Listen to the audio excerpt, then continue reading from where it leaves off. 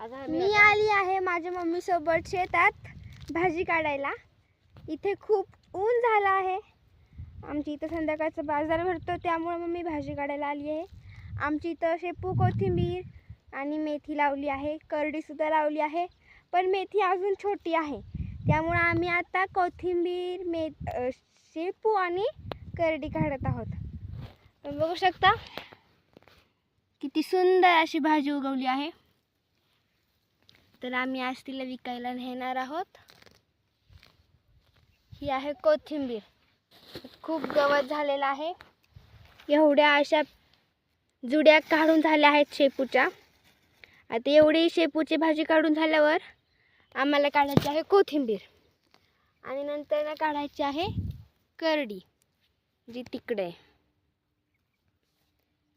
मला तर एवढ्या उन्हाची काही इच्छा नाही आहे भाजी काढायची, पण मम्मी सोबत आली आहे तिला मदत करायला।